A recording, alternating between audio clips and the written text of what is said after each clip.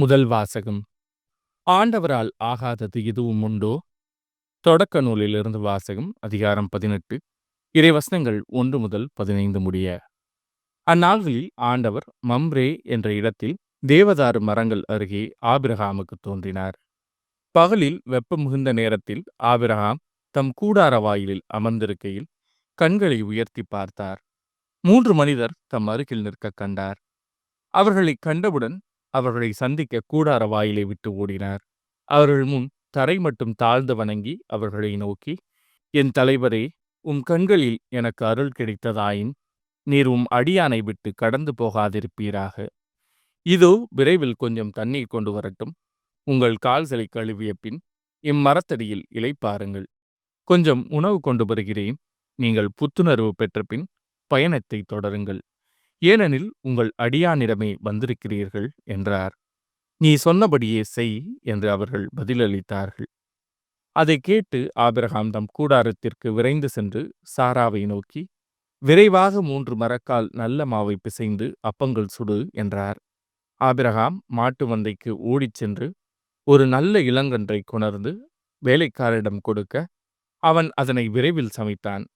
பிறகு அவர் வெண்ணெய், பால், சமைத்த இளங்கன்று ஆகியவற்றை கொண்டு வந்து அவர்கள் முன் வைத்தார். அவர்கள் உண்ணும் பொழுது அவர்கள் அருகே மரத்தடியில் நின்று கொண்டிருந்தார். பின்பு அவர்கள் அவரை நோக்கி, உன் மனைவி சாரா எங்கே என்று கேட்க அவர், அதோ கூடாரத்தில் இருக்கிறாள் என்று பதில் கூறினார். அப்பொழுது ஆண்டவர், நான் இளவேனிற் காலத்தில் உறுதியாக மீண்டும் உன்னிடம் வருவேன். அப்பொழுது உன் மனைவி சாராவுக்கு ஒரு மகன் பிறந்திருப்பான் என்றார். அவருக்கு பின்புறத்தில் கூடார வாயிலில் சாரா இதை கேட்டுக்கொண்டிருந்தார். ஆபிரகாமும் சாராவும் வயது முதிர்ந்தவர்களாயிருந்தனர். சாராவுக்கு மாதவிடாய் நின்று போயிருந்தது. எனவே சாரா தமக்குள் சிரித்து, நானோ கிழவி, என் தலைவரோ வயது முதிர்ந்தவர், எனக்கா இன்பம் என்றாள். அப்போது ஆண்டவர் ஆபிரகாமை நோக்கி, நான் வயது முதிர்ந்தவளாயிருக்க எனக்கு உண்மையில் பிள்ளை பிறக்குமோ என்று சொல்லி சாரா ஏன் இப்படி சிரித்தாள்? ஆண்டவரால் ஆகாதது எதுவும் உண்டோ? இளவேனிற் காலத்தில் குறிப்பிட்ட நேரத்தில் நான் உன்னிடம் மீண்டும் வருவேன். அப்பொழுது சாராவுக்கு ஒரு மகன் பிறந்திருப்பான் என்று சொன்னார். சாராவோ நான் சிரிக்கவில்லை என்று சொல்லி மறுத்தார். ஏனெனில் அச்சம் அவரை ஆட்கொண்டது. அதற்கு ஆண்டவர், இல்லை, நீ சிரித்தாய் என்றார். இது ஆண்டவரின் அருள்வாக்கு. இறைவா, உமக்கு நன்றி. பதிலுரை பாடல். ஆண்டவர் தம் இரக்கத்தை என்றும் நினைவில் கொண்டுள்ளார். ஆண்டவரை எனது உள்ளம் போற்றி பெருமைப்படுத்துகின்றது. என் மீட்பராம் கடவுளை நினைத்து எனது மனம் பேருவகை கொள்கின்றது. ஆண்டவர் தம் இரக்கத்தை என்றும் நினைவில் கொண்டுள்ளார். ஏனெனில் அவர் தம் அடிமையின் தாழ்நிலையை கண்ணோக்கினார். இது முதல் எல்லா தலைமுறையினரும் என்னை பேறு பெற்றவர் என்பர். ஏனெனில் வல்லவராம் கடவுள் எனக்கு அரும்பெரும் செயல்கள் செய்துள்ளார். தூயவர் என்பதே அவரது பெயர். ஆண்டவர் தம் இரக்கத்தை என்றென்றும் நினைவில் கொண்டுள்ளார். அவருக்கு அஞ்சி நடப்போருக்கு தலைமுறை தலைமுறையாய் அவர் இரக்கம் காட்டி வருகிறார். பசித்தோரை நலன்களால் நிரப்பியுள்ளார். செல்வரை வெறுங்கையராய் அனுப்பிவிடுகிறார். ஆண்டவர் தம் இரக்கத்தை என்றும் நினைவில் கொண்டுள்ளார். மூதாதையருக்கு உரைத்தபடியே அவர் ஆபிரகாமையும் அவர்தம் வழிமரபினரையும் என்றென்றும் இரக்கத்தோடு நினைவில் கொண்டுள்ளார். தம் ஊழியராகிய இஸ்ரேலுக்கு துணையாக இருந்து வருகிறார். ஆண்டவர் தம் இரக்கத்தை என்றும் நினைவில் கொண்டுள்ளார். நற்செய்தி வாசகம். இந்நிகழ்ச்சிகளை எல்லாம் தமது உள்ளத்தில் பதித்து வைத்திருந்தார். லூக்கா எழுதிய தூய நற்செய்தியிலிருந்து வாசகம். அதிகாரம் 2, இறைவசனங்கள் 41 முதல் 51 முடிய.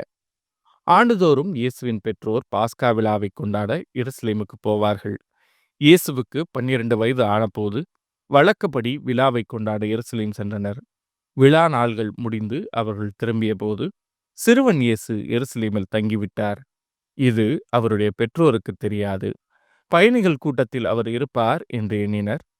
ஒரு நாள் பயணம் முடிந்த பின்பு உறவினரிடையேயும் அறிமுகமானவர்களிடையேயும் அவரை தேடினர்.